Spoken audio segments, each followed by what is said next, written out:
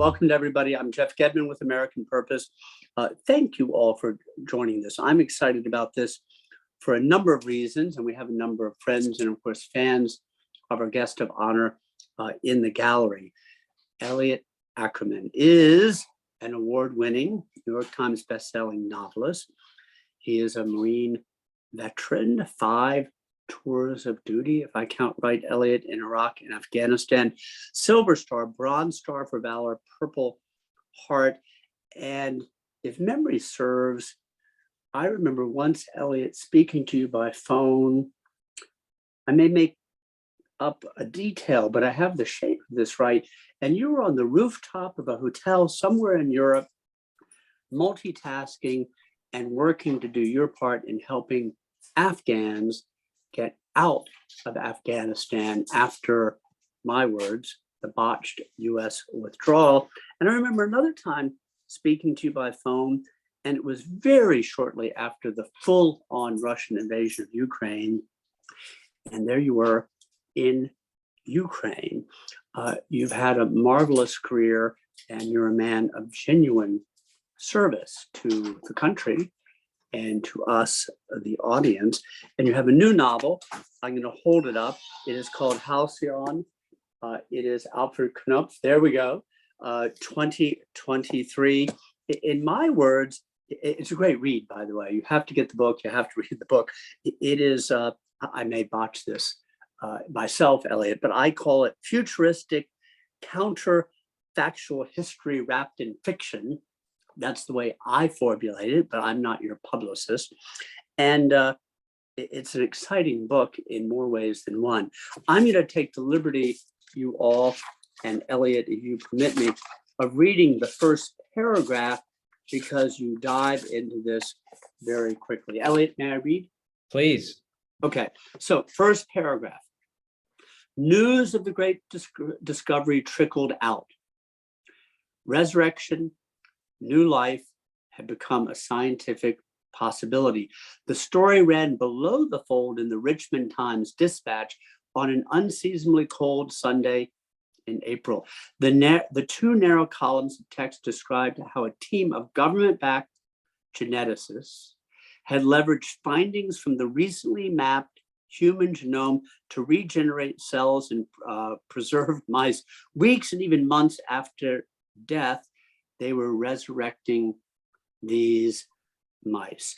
Before we get into the storyline and the plot, and I'm going to give you a hint that an early setting is Virginia 2004, and Al Gore is entering his second term as president. Hold that thought.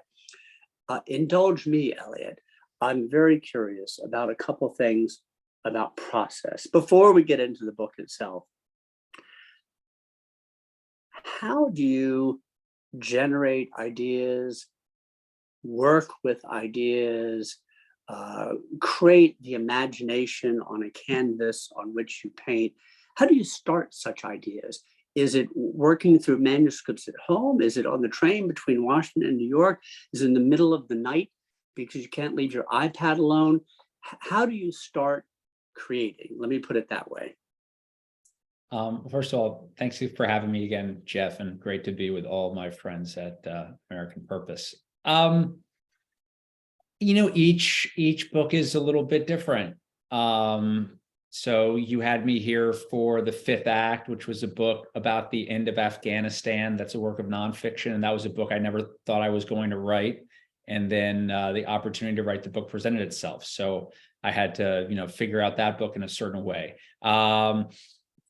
For a novel, oftentimes it will just sort of be a question that I have, ideas that I'm sort of wrestling with that kind of don't go away. That I'm kind of continually they're just rattling around in my brain, and I allow them, they slip into my subconscious, and then sort of oftentimes suddenly maybe it's a sentence, an opening sentence, or maybe it's a character will pop into my head, and then the story will kind of start opening up, meaning I'll start seeing wow, this is how I can get at these questions. So in the case of Halcyon, which which you summarize very eloquently. It's always tough when you finish a novel. You have to figure out how to summarize it in basically 1 to 2 sentences.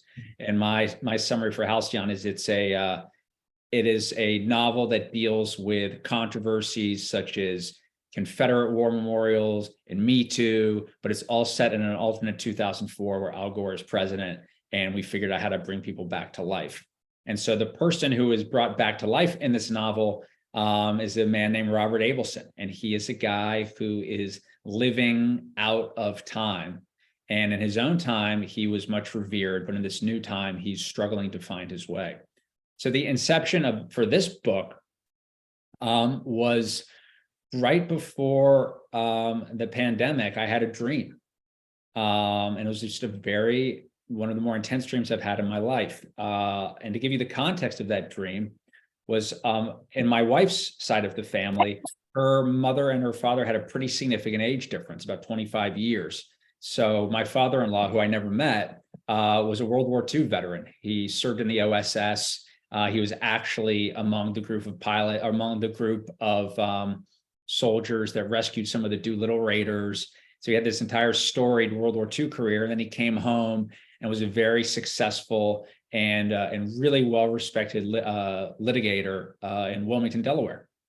And so to this day, again, I never met him. He passed away in 2008.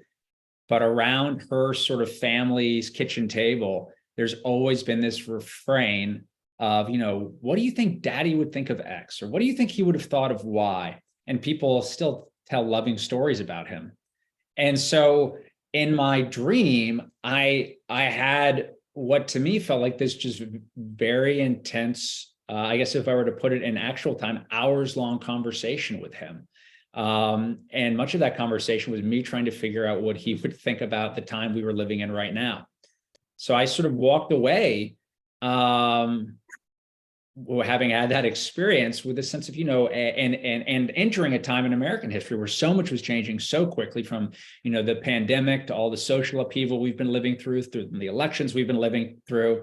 And I had the question that kind of settled is, how would a man, like my father-in-law, or just generally speaking, a man who was a good man in his time, be judged by our time, in which standards of behavior and standards of what's acceptable or right are moving very quickly and shifting beneath all of our feet. So I wanted to tell a story about that. And that story is a bit of becomes a little bit of an alternate history as well. So that's very helpful. I'm going to ask one question that interests me a great deal. You may find it a little bit mundane, Elliot, but bear with me. And then we're going to go back to the storyline, because there's much more to be said about that. And you started us off. Can you tell us about the work process in this crazy, busy, hectic world where writing takes time and focus and concentration, and you're juggling 8 different things, and you travel, and you write, you're a prolific essayist. When you're working on a book, a novel like this, when do you find the time to write, and how do you do this? Is it in the middle of the night? Are you working on an iPhone between meetings? Do you carve out part of the day every day? How do you get this done? Well, I don't think the Marine Corps is going to put this on their recruiting posters anytime soon, but it's actually like a great preparation to be a writer. That's the type of writing I do. Just, in my own life, I'm happy when I'm working. I find a lot of joy in the day of just getting my work done. So I show up at my desk every day, and that's sort of, it's my, say, the sacred part of my day when I will sit down and I will, write whatever the amount is I'm going to write that day on a project. And if I'm having a good day, those are free hours in the morning where nobody's bothering me. And if I've got what I consider a bad day, meaning one that's crammed with other things, I make a point of waking up early and getting it in as I can get it in. Much of this book was written during the pandemic, which might sound like, maybe for some of us, it created sort of wide open vistas of time to do what we wanted. For me and for my wife, it meant for significant chunks of it, we were basically homeschooling 4 children So much of this book was written like, between the hours of 4:45 and 7:30 in the morning. But my work gives me great joy. So I like to show up and do it every day. It shows, and thank you. Elliot, now, for those who have not yet had the benefit of reading the novel, walk us through the story, would you please? Absolutely. So, well, let me give you just one bit of background context. Something that has always fascinated me, because we talk, because again, one of the themes of these books is alternate histories. There, particularly if, I'm 43 years old. So if you're of my generation, a very significant event was the 2000 election. And when we imagined the first 20 years of this century, had Gore become president, there's a compelling argument to make that we would, many events would not have taken their course. But one of those events that we don't talk about that much is that in 1999, that is when we first mapped the human genome. And that opened up a whole vistas of scientific possibilities to include cloning, actually. And right after Bush became president, he rolled back a lot of the government research into cloning based off of his religious beliefs. So my sort of novel begins with this premise that that Clinton was convicted, with the advantages of being an incumbent, because Gore then becomes president, he's able to edge out Bush in 2000. So Gore is now president, and he has gone full steam ahead on this government research for 4 years. And so when the novel opens in 2004, it's at this inflection point where they figured out how to bring back not only cryopreserved mice, but we quickly realize a test batch of cryopreserved people to include this man named Robert Abelson. And so the narrator of the book is a sort of down on his luck historian named Martin Newman. He's sort of like the Nick Carraway of this book. And he is renting the guest cottage at Abelson's ample Virginia estate, which is known as Halcyon. And so when we first meet Martin, he's fallen into the habit of each night, Abelson will walk by the guest cottage and the two of them will sort of have martinis and they talk. And he learns about Abelson's life. He learns about Abelson's views on the world. And then in the opening pages of the book, he learns that Abelson is one of these people who's been resurrected. And he's been living in a sort of social quarantine for a couple of years. But now he's going to be released out into the world. And what we soon find is that Abelson is a man who, as I mentioned, is living out of time. And the world he steps into is not as accommodating to him as the world when he left it. And so he is soon wrapped up in some controversies about the inheritance of his estate, because he hasn't died, so there's some inheritance issues there. Martin Newman, the narrator of the book, is a Civil War historian, and Abelson finds himself wrapped up in some controversies around a monument on the Gettysburg battlefield, the Virginia Monument, which is still there. That's the monument that is located where Pickett's charge began. And so we sort of see this swirling of events around Abelson.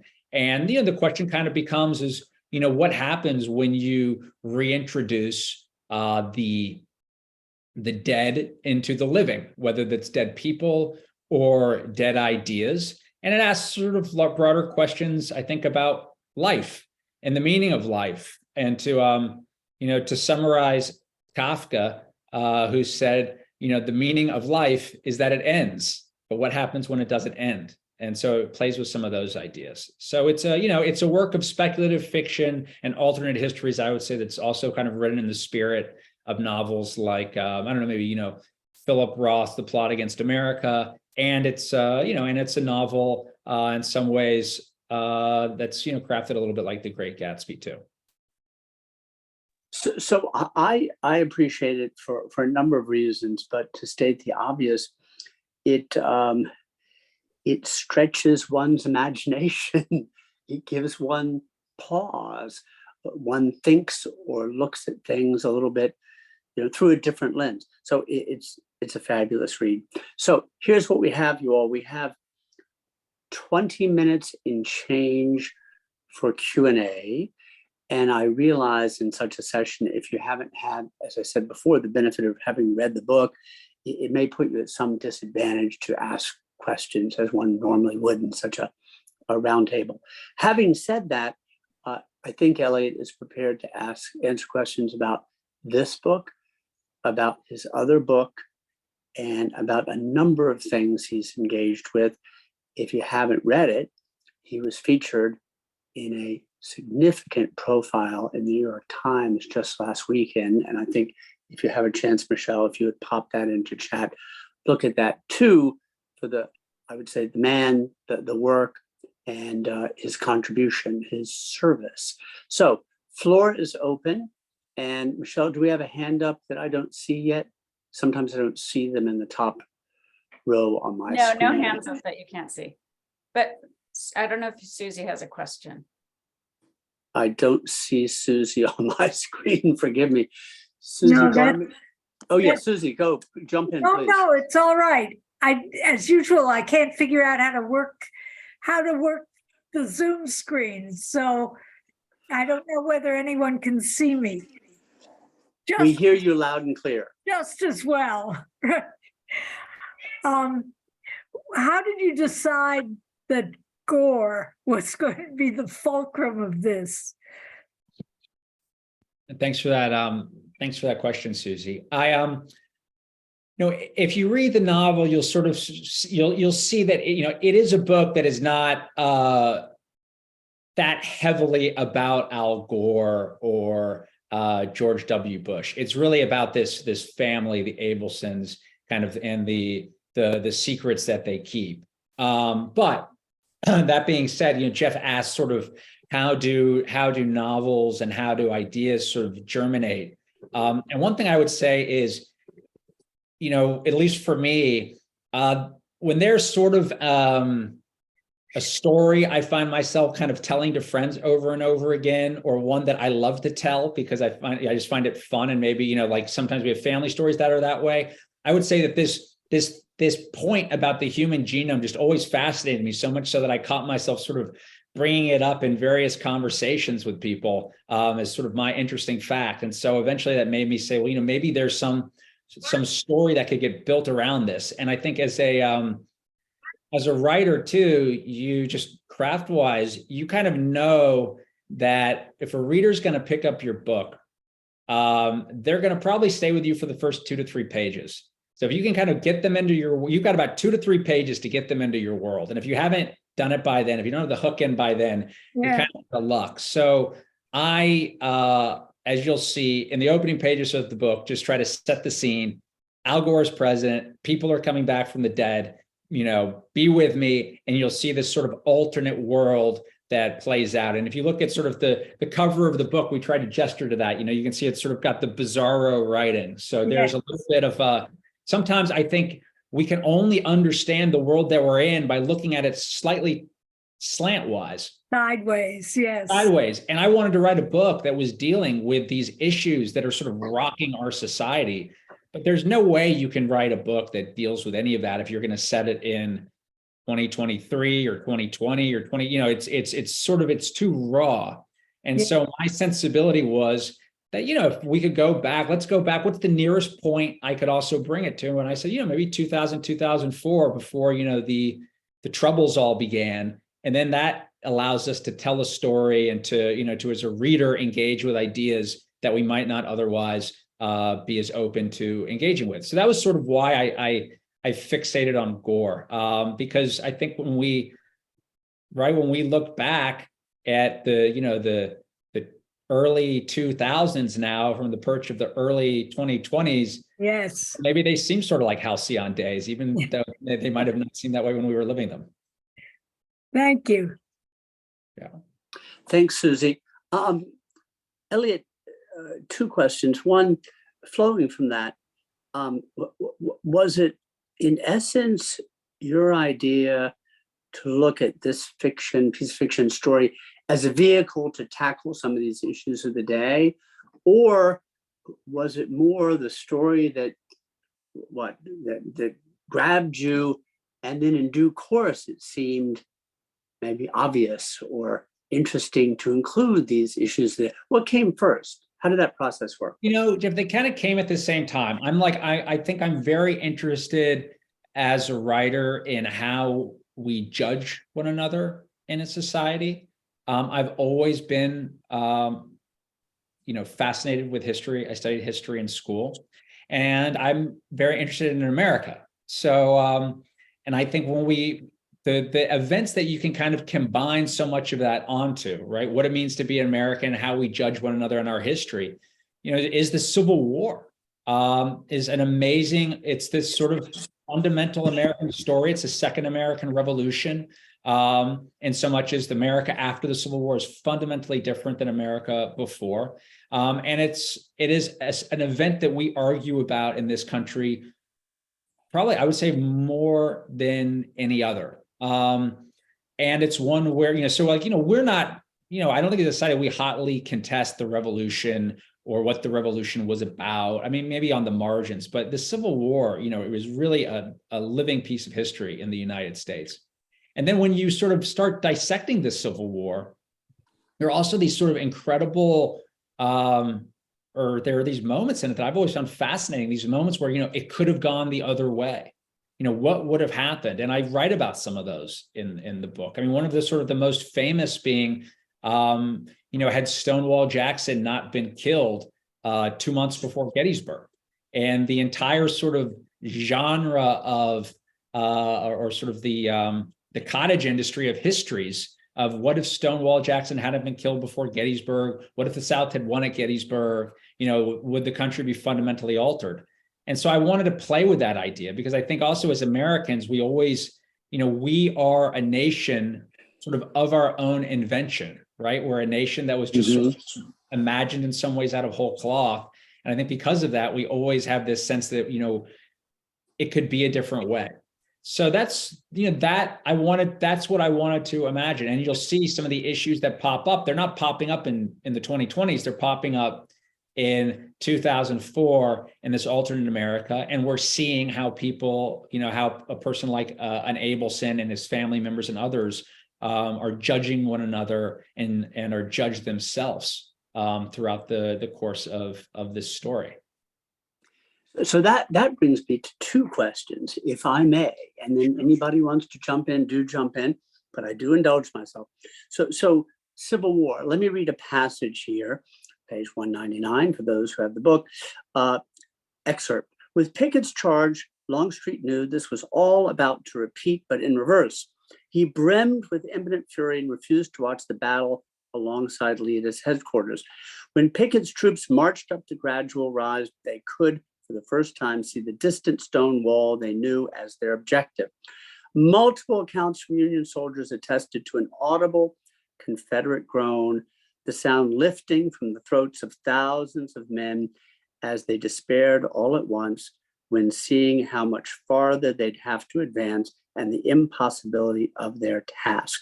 I stop there. The first question, Elliot, is this is fiction, and you're a wonderful novelist, but this involves some research. How do you do research and background for such a book? And are you turning to particular historians whom you value, or is it a different sort of method? So I love, probably like many of you, I love stories. And there are stories I find myself telling to people, and I get excited to tell them. And like Gettysburg is one of those stories. I'm gonna indulge myself and tell you this story. So if you've never been to the battlefield of Gettysburg, I would so encourage you to go, because one of the things that makes it unique, particularly among Civil War battlefields, is you can see the whole battlefield. The ground tells the story of what happened, and the ground there is unchanged. Whereas if you go to battles like Chancellorsville or the Wilderness, it's tough to conceptualize what was going on because it was so chaotic. But at Gettysburg, you can really see it.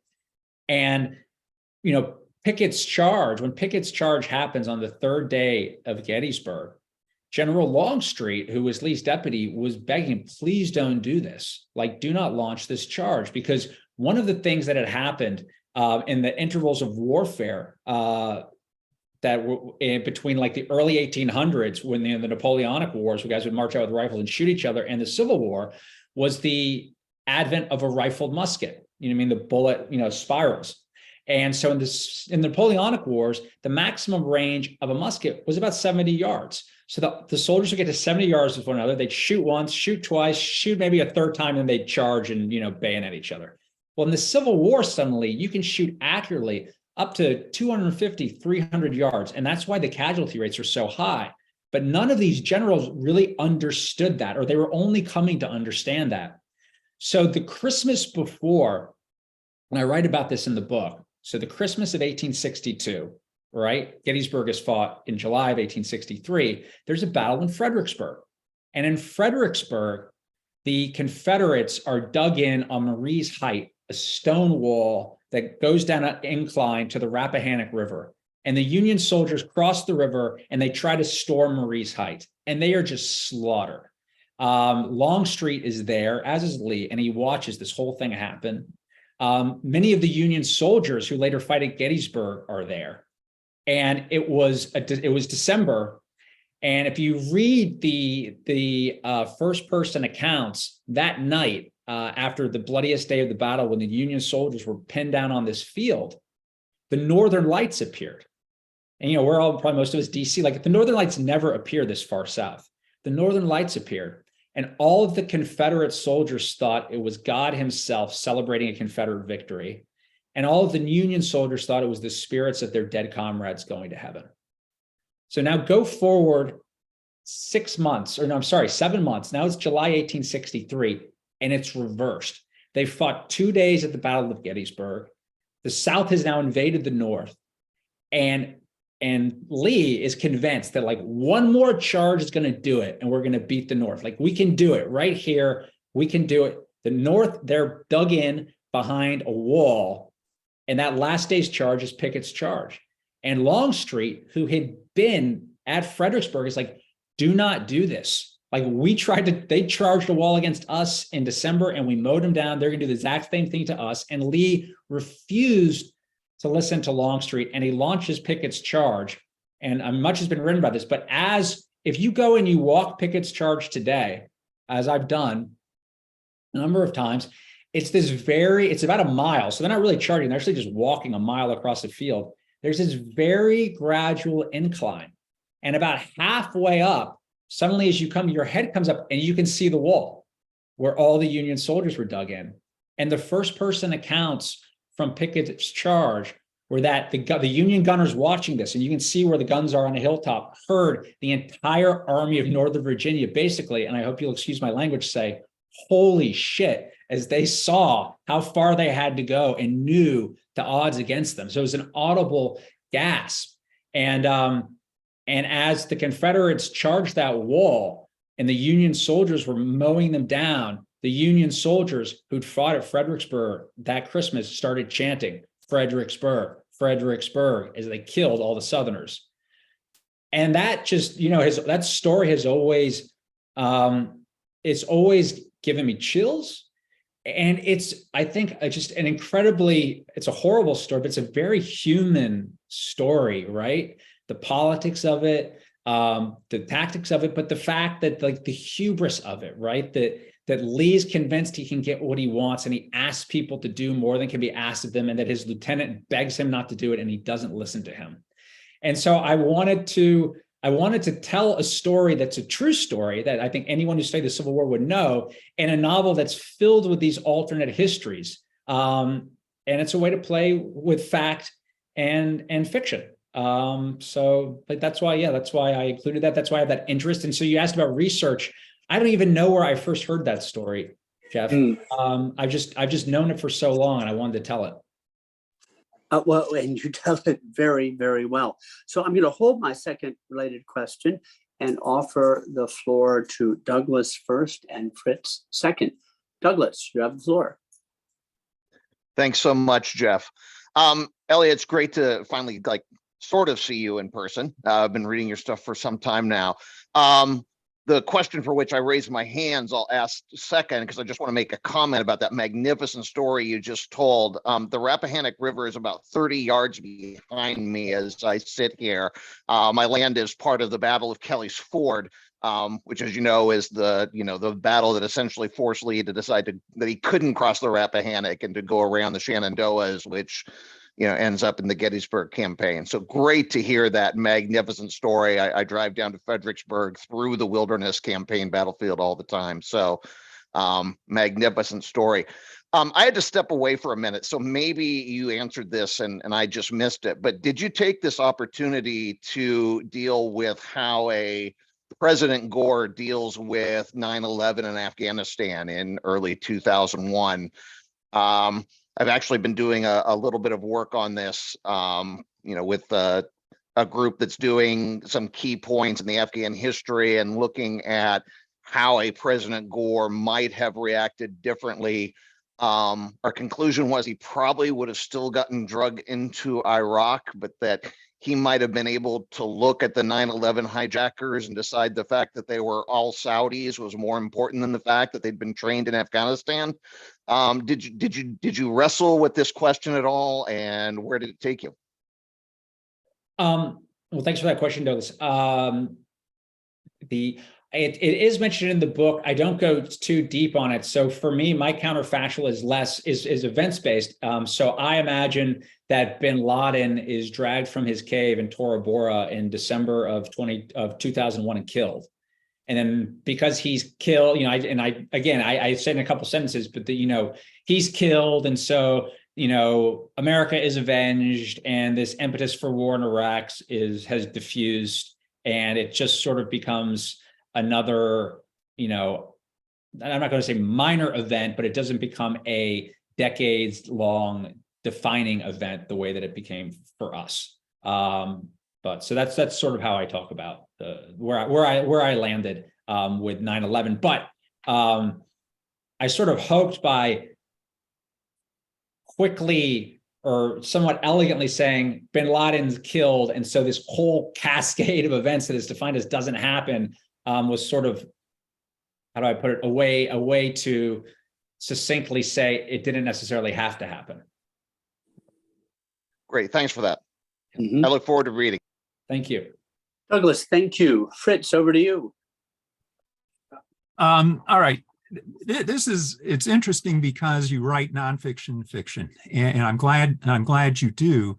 And it's something as an academic and a historian working with others, I have found over the years now, I think we write one fiction, one alternate history for every two nonfiction that we write. I mean, this is the demand for it. And so I think it's really good you've headed in this direction. Unfortunately, we had a manuscript, a nonfiction due, and I have not had a chance to read your book because it sounds intriguing. The New York Times review, the PW review have been quite good. And the PW review has a line that makes it clear I should read your book, but also leads to then the question. And the line was about the plague of polarization. And it's interesting to think about because I think for many, they may forget what polarization there was at the time, given the recent events. The recent events make those almost seem like pleasant, happy days. It's gotten so polarized. And so when I was reading that and thinking about it and the way your story evolves, according to the reviews, this, I think, sets you up. Has it set you up for another book? Are you going to continue, given the way things can swing, that there are obviously colorful characters who are still going to appear on the American stage? So just sort of curious, is this something you're going to follow up with another novel or two? And yeah, and also one other quick question. I'm curious, who's your editor at Knopf? My editor at Knopf is Diana Miller. Okay.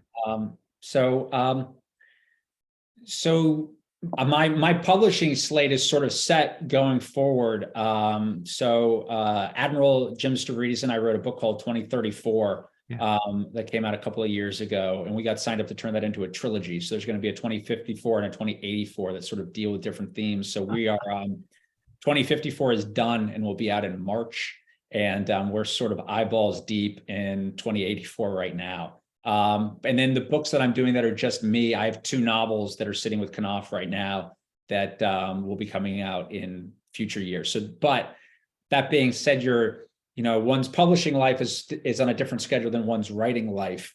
And I'm not totally, once I finish 2084, I'm not totally sure what my next book project is going to be. I've got a notebook with a few, starter ideas, but You know, I like trying to do new things. I really like trying to write across genre, or let me say, I try not to ever say I shouldn't try something. And when I think of the writers who I admire, whose books I love, many of them go in all sorts of different directions based off of their interests. And so, I mean, I think to your point, these stories about America, about the Civil War, were stories I just been interested in for so long. And for me, oftentimes it's just, I don't understand how they're all connected, but then I will sort of see a way to engage with these themes. And that's what sort of happened when, with this idea of doing this alternate, sort of an alternate history, and taking someone who, at least the way the person felt was my father-in-law, and kind of inserting him into an alternate form of America. I was like, wow, this will be a way for me to get into all of these issues that, have always fascinated me. So it's a long way of saying I'm not sure what's next, but I don't plan on being constrained. And I had a lot of fun writing this book. So yeah, thank you. Okay, I'm going to give you credit, because our alternate histories, when we do it, it tends to be up to the present. 2084. Well, That is you pretty realize amazing when you're working that far out. well, and this is sort of when Jim and I did 2034, we were writing something pretty anchored in the present. And as we have written 2054, and now as we go even further out, we've had to, and I've loved this because it's forcing both of us to push ourselves. So we've had to embrace the idea that we're writing science fiction. So you're freed, you're unconstrained in many ways, but being unconstrained also can be frightening, because you don't know exactly what the guardrails are for what you're doing. But it's a lot of fun, and a good challenge. Is the B-52 in the book? In 2054, no. No, 2084. Oh, Well, yeah, I mean, no, why it's not? Let's not keep it happening. going for another 100 years. 2054. So 2034 really dealt with on the political front, it dealt with a war with China, and on the technological front, it really dealt with cyber as a concern. 2054 on the political front will deal with an internal political crisis in the United States, kind of that flirts with civil war, and it deals with ideas of the singularity as it pertains to the integration of biological and technological evolution. So that's sort of the tech side of it. So it gets a little bit more sci-fi, but actually it heavily sort of comments on American domestic politics as we imagine them in 2054. In our Imagine 2054 too, there's no more Republican and Democratic parties. They've sort of fallen by the wayside. So I think it's a fun book. Well, thank you. I better stop. I have a million comments and questions and so on. This is just fascinating where you're headed with your work. Thank you, Fritz. Fritz, thank you. And I do agree. I have a wrap-up question for us to take us a little bit forward from what you and Fritz were just discussing, Elliot, and now put on your hat as novelist, as political analyst and historian. How do you contextualize some of the things that we're going through today, and think about polarization? I was in Europe last week, and one of our European colleagues said to me, I really miss America of the Cold War, when things were so calm and stable and unified. And I said, so you mean, take the 1960s and 70s as a snapshot, you mean the America of segregation and desegregation, of Watergate, of Vietnam, of the assassination of President Kennedy, the assassination of Martin Luther King Jr. So those good old days when there was no polarization or internal conflict and turmoil. How do you contextualize, see what we want to see, which is the truth, the reality of the troubles today, the problems today, but take it into the larger historical context of America, including the Civil War, by the way? Yeah, what I have found myself doing more and more as I try to understand this moment is talking to people of different generations. So I often had conversations with my father before he passed away, and my mother and other, asking them, what was it like when you were living through, the 60s and 70s? Did it feel worse than now, better than now? And they say different things. The one sort of consistent I've gotten was that the difference between now and then was that even though there was all of this turmoil, and even though there was dysfunction, the institutions still seem somewhat grounded. But I don't know if that's true or not true, but I've had a few people say that to me. And I go the other way too. And I talk with my kids, because I think it actually helps me to talk to people who are like, my kids are little, ages 11 to 15, but to just sort of talk to them and sort of try to perceive this moment through their eyes, because maybe that gives you a sense of where we're going. And I would say the thing that I feel very sad about is, I remember what it felt like growing up in the 80s, 90s, those years. And there was the decimal level certainly seemed lower, even if the problems were there.